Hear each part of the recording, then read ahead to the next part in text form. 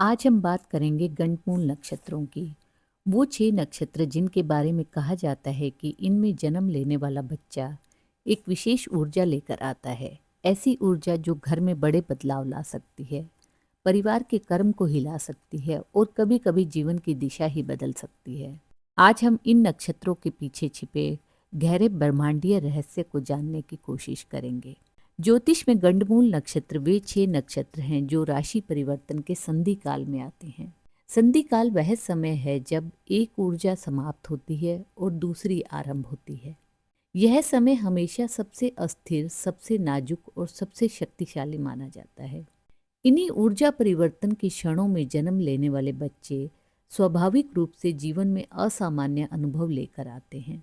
ये 6 नक्षत्र हैं: केतु के नक्षत्र अश्विनी, मघा और मूल, जो कि मेष, कर्क और धनु राशियों अर्थात अग्नि तत्व की राशियों के आरंभिक बिंदु हैं। बुध के नक्षत्र अश्लेषा, ज्येष्ठा और रेवती नक्षत्र, जो कि कर्क, वृश्चिक और मीन राशियों अर्थात जल तत्व की राशियों के अंतिम बिंदु है। केतु ग्रह मोक्ष का और पूर्व जन्म का ग्रह है। इसके नक्षत्र सृष्टि के आरंभ बिंदु पर रखे गए हैं। बुध ग्रह तर्क, बुद्धि और संवाद का ग्रह है। इसके नक्षत्र सृष्टि के समापन बिंदु पर रखे गए हैं। यानी ये 6 नक्षत्र ब्रह्मांडीय ऊर्जा के एंट्री और एग्जिट पॉइंट है, जहां ब्रह्मांड की ऊर्जा बदलती है, जहां जीवन भी बदलता है। गंड मूल का अर्थ है गंड माने गांठ और मूल माने मूलाधार या जड़ या शुरुआत। मतलब ब्रह्मांड के चक्र में 6 ऐसी गांठें हैं जहां सृष्टि की ऊर्जा उलझी हुई है। इन गांठों को खोलने की क्षमता केवल वे आत्माएं लेकर आती हैं जो इन नक्षत्रों में जन्म लेती हैं। इन जातकों का जीवन कठोर इसलिए माना जाता है क्योंकि जन्म के समय ऊर्जा असंतुलित होती है। इसलिए जातक का मन, परिवार, परिस्थिति सब कुछ अस्थिर रहता है जब तक वह ऊर्जा को संभालना सीख ना ले। गंडमूल का मूल उद्देश्य जातक को एक अद्वितीय क्षमता देना है जो अन्य किसी नक्षत्र में जन्मे लोगों में नहीं मिलती। यह जातक वह है जिसे ब्रह्मांड ने भेजा है किसी गांठ को खोलने के लिए, चाहे वह स्वयं की हो या अपने परिवार की हो या समाज की हो। अब हम बुध ग्रह के नक्षत्रों के बारे में जानते हैं। अश्लेषा, ज्येष्ठा और रेवती ये जल तत्व की राशियों कर्क, वृश्चिक और मीन राशियों के आखिरी हिस्से में आते हैं। अब जल का आखिरी हिस्सा कैसा होता है? जल का आखिरी हिस्सा होता है जैसे कि समुद्र के किनारे की लहर जो टूटने से ठीक पहले बहुत बड़ी और बहुत भारी हो जाती है। तो इसी प्रकार जल का आखिरी हिस्सा सबसे ज़्यादा भावुक और सबसे ज़्यादा संवेदनशील हिस्सा होता है। और ऐसी ही ऊर्जा जन्म के समय इन जातकों में होती है, भारी, भावनात्मक, संवेदनशील और गहरी। जब इस अवस्था में जन्म होता है तो जातक की बुद्धि तीव्र होती है, लेकिन भीतर एक बेचैनी, दिशाहीन भाव की तरह चलती रहती है। जल का अग्नि की ओर बढ़ना दर्दनाक होता है, जैसे पानी उबलकर अचानक भाप बन जाए, दिखना बंद हो जाए और दिशा दिखाई ना दे। यही अस्थिरता बुद्ध गंडमूल जातकों के जीवन में दिखाई देती है कि बहुत तेज दिमाग, बहुत भावुक मन, लेकिन निर्णय अचानक, जीवन में उतार चढ़ाव और मन का संतुलन बनाना अति मुश्किल होता है। अश्लेषा बुध का पहला नक्षत्र है। यह कर्क राशि के अंत में आता है। यहाँ जल अपनी भावनात्मक अवस्था में होता है। बुध यहाँ भावनाओं के समुद्र में डूबा हुआ तर्क है, इसलिए ऐसा लगता है जैसे मन जरूरत से ज्यादा सोचता है, भावनाएं और संदेह लेकर जन्म लेता है।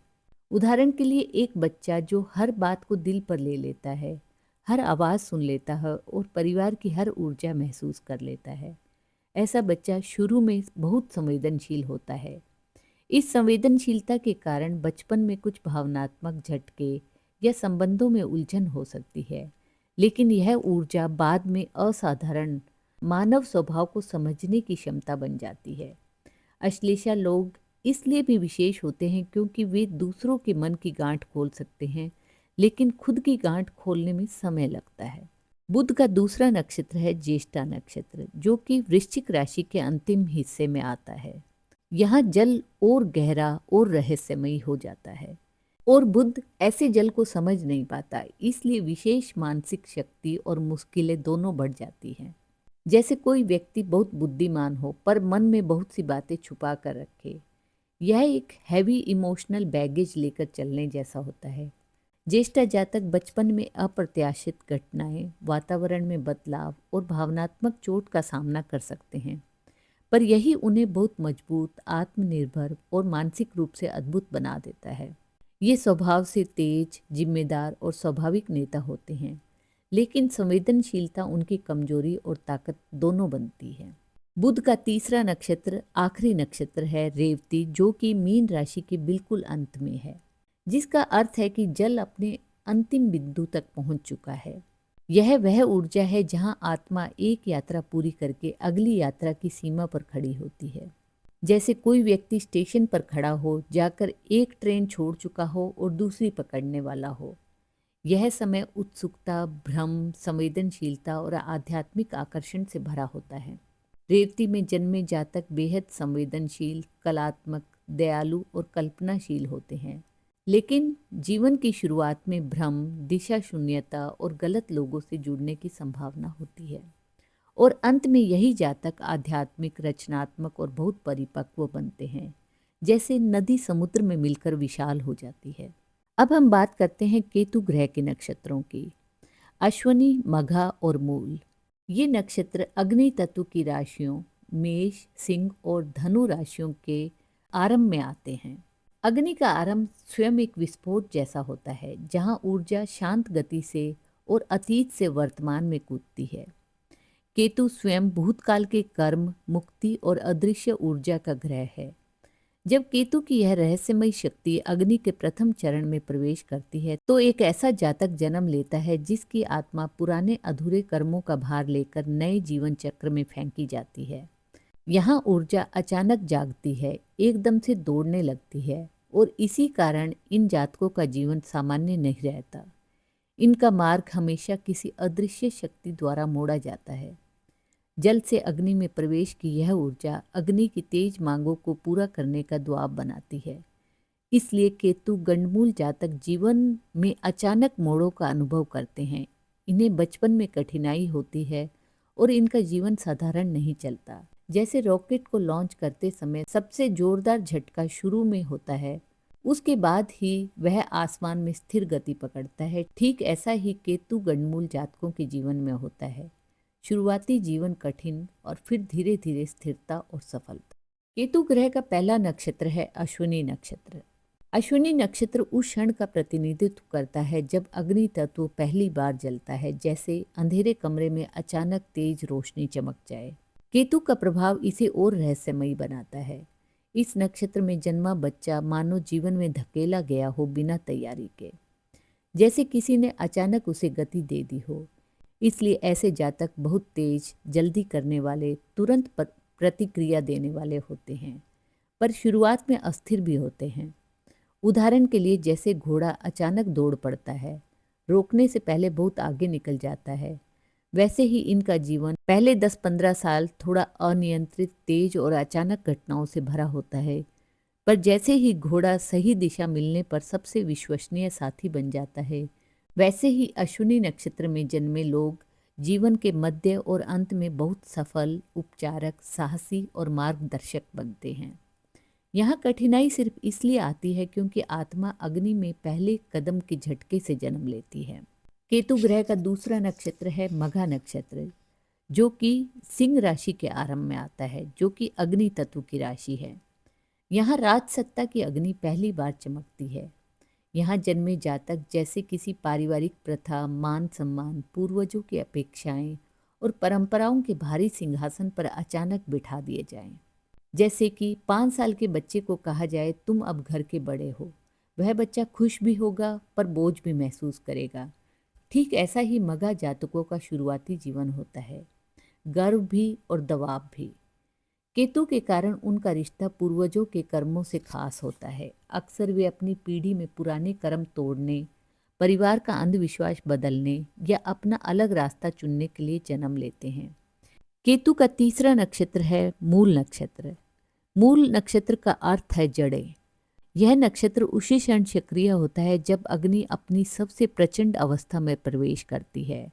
यह वह ऊर्जा है जो किसी भी चीज की मूल संरचना को हिला कर रख देती है। जब बगीचे का पेड़ बीमार हो जाए तो उसे ठीक करने के लिए कभी कभी उसकी जड़ें काटकर मिट्टी बदलनी पड़ती है। यह प्रक्रिया दर्दनाक होती है पर नई जीवन शक्ति देती है। ठीक इसी तरह मूल नक्षत्र के जातकों के जीवन के पहले 15-20 साल में अचानक परिवर्तन, घर बदलना, परिवार में घटनाएं, आर्थिक उतार चढ़ाव, किसी बड़े रिश्तेदार की बीमारी, मृत्यु जैसी घटनाएं हो सकती हैं। लेकिन यही जातक बाद में परिवार, समाज या खुद की जिंदगी में सबसे मजबूत नींव बनाने वाले लोग बनते हैं। इनका जीवन शुरुआत में तोड़ता है पर बाद में बहुत ऊंचा उठाता है। इस प्रकार गंडमूल नक्षत्रों में जल का अंत और अग्नि का आरंभ, जहाँ ब्रह्मांड स्वयं अस्थिर होता है और इसलिए यहाँ जन्मी आत्माएं भी स्थिर नहीं रह पाती। वे अत्यधिक संघर्षों से गुजरकर असाधारण बनती है। गंडमूल नक्षत्रों में जन्म लेना साधारण मनुष्य का जीवन नहीं देता। यह ऐसा जन्म है जो आत्मा को बदलता है, जीवन को मोड़ देता है और जातक को किसी गहरी नियति की ओर ले जाता है। यही कारण है कि इन नक्षत्रों में जन्मे लोग अक्सर जीवन के आरंभ में कठिनाई, बीच में संघर्ष और अंत में किसी आध्यात्मिक या कर्मिक उद्देश्य की ओर पहुंचते हैं। यह नक्षत्र इसलिए कठिन है क्योंकि यह जीवन में परिवर्तन, जागरण और पुनर्जन्म का मार्ग बनाता है और यह प्रक्रिया हमेशा दर्द के साथ आती है और यह अचानक परिवर्तन आत्मा को जन्म से ही असामान्य और शक्तिशाली बनाता है। और संक्षेप में हम कह सकते हैं कि इनका जीवन चुनौतीपूर्ण होता है क्योंकि इनका जन्म उस क्षण होता है जब ब्रह्मांड जल की गहराई से अग्नि की तेजी में प्रवेश कर रहा होता है। यह ऊर्जा न शांत होती है न नियंत्रित, और ऐसी ही ऊर्जा से जन्मा जातक साधारण जीवन जीने के लिए नहीं भेजा जाता। इनका जीवन उद्देश्यपूर्ण, कार्मिक और शक्ति से भरा हुआ होता है। धन्यवाद।